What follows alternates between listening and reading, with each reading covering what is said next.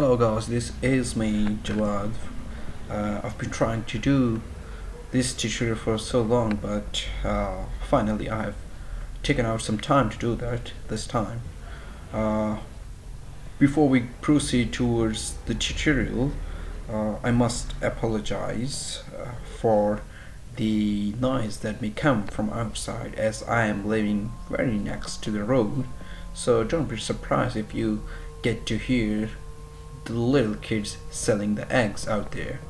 Anyway, in this tutorial what we are going to do is we are trying to make an authentication process for your web apps or mobile React Native apps or anything, and the middleware we are going to use is Passport.js with the Node, React and MongoDB. So this tutorial assumes that you're quite familiar with these technologies.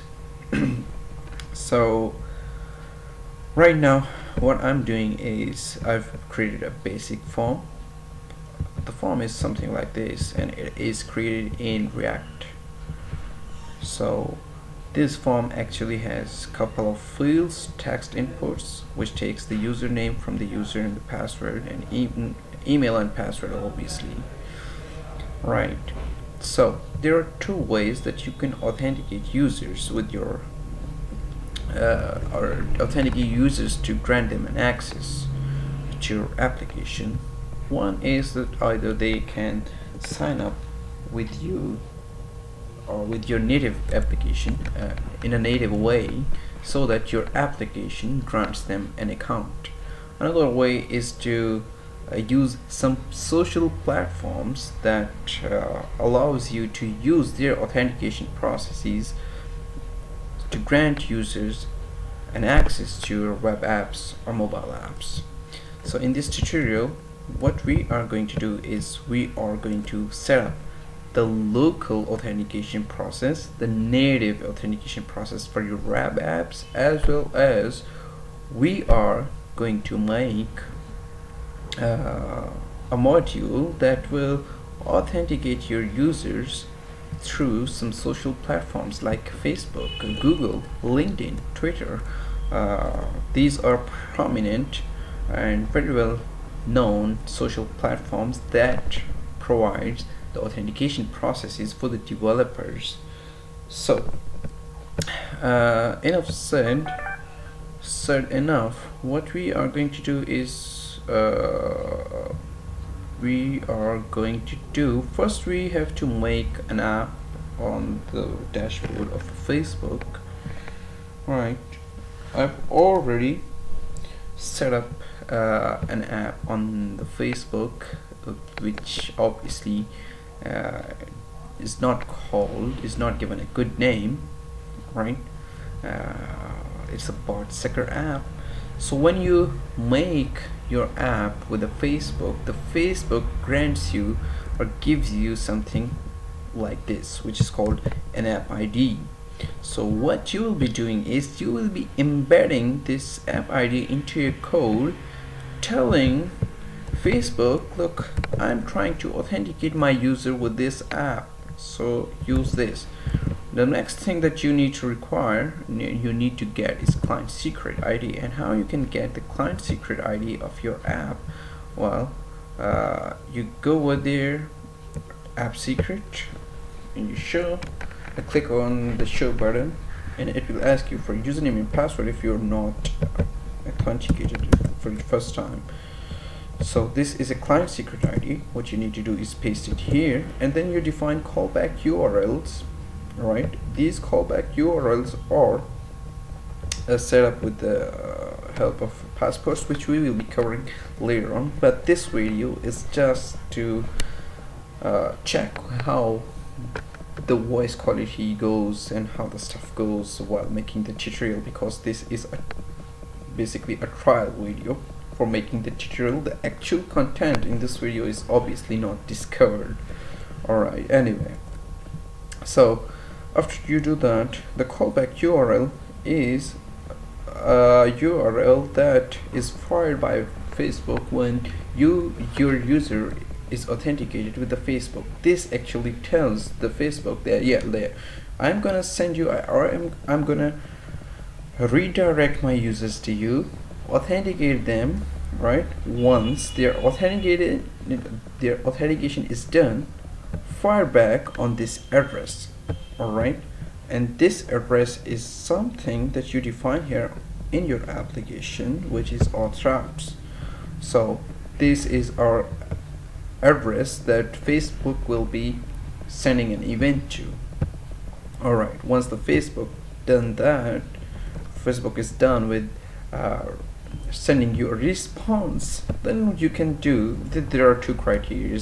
The response either can be a failure or a success. The failure means that user might have entered wrong username and password, and the success would definitely mean that yes, user is authenticated with the Facebook now. So we are handling the two criteria here, which is failure and success, obviously. In the case of failure, what we are doing is redirecting the user to this route. Right, we will discuss all of these things but in details, but no.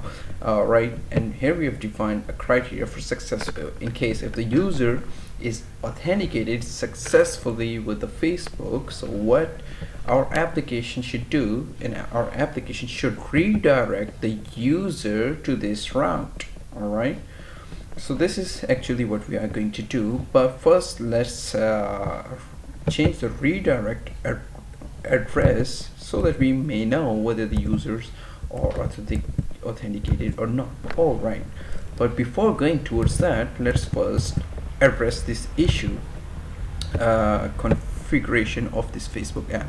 And the profile URL actually tells the Facebook that look, this is the user you're expecting.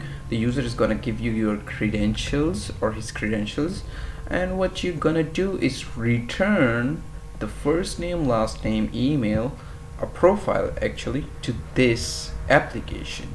So we will be getting the details of the user on this route. All right, now what we can do is we can save this and restart our server, and once we're done with that, we can check it out if it works fine. So let's go back to our basic form that we set up in React. Now these are a couple of icons for respective social platforms: Facebook, Google, LinkedIn, or Twitter, or whatever. So if you happen to click on any of these icons, this will redirect you to the authentication window for the respective platform. So we did click somewhere on Facebook, and this look is waiting for facebook.com. It means that it is redirecting us to the login page of our Facebook, or redirecting us. Alright, so since I'm already logged in with the Facebook, it will directly redirect me to this route, which is running on the 4000, but instance of a server is not running on this port currently, so it won't work this way. We need to redefine that and look into our application if we have set up any route for the profile. Alright, so this is our profile. So what we can do is we can change the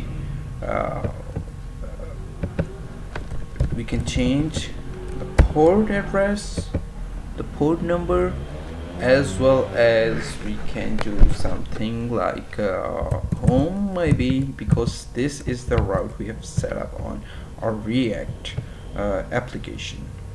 Alright, so since this is our index.js and we've defined a profile for that, so we can go and say we can tell our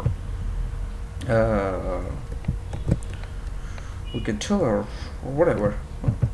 Alright, now let's see this if it works.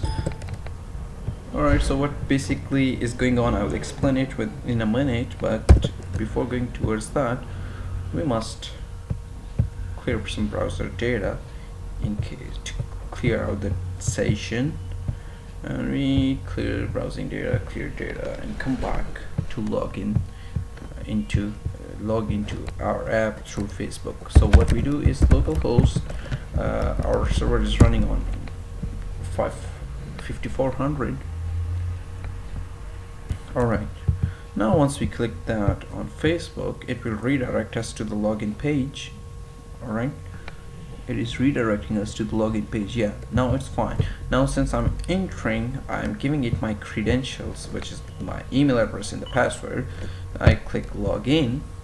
Alright, once the authentication process with the Facebook is done, it's going to fire back an event on this very address. And look, my application has fetched the data of Facebook user. The username is bitpocketer@gmail.com. Facebook email is this, Mohammed Wasim, and all that stuff, and as well as my user access token. Right, now since this is something what we are trying to do, I was trying to set it up for a tutorial. This is all for now. I will come up with the next one. Alright, this is exactly the thing that I'm trying to check, whether you can hear the motorcycle, whether it can be disturbing for my audience. Right, so the purpose of making up this video is this, because I'm living somewhere where noise is it is a mandatory part of my life. I'm dealing with it, so I wish I had some place where I could make tutorials free of noises and free of bugs. Yeah, so in this regard, I'm saying farewell to you guys. We'll see you. Oh, that's not bad. Within 12 minutes we did cover a lot. Alright, see you in the next tutorial.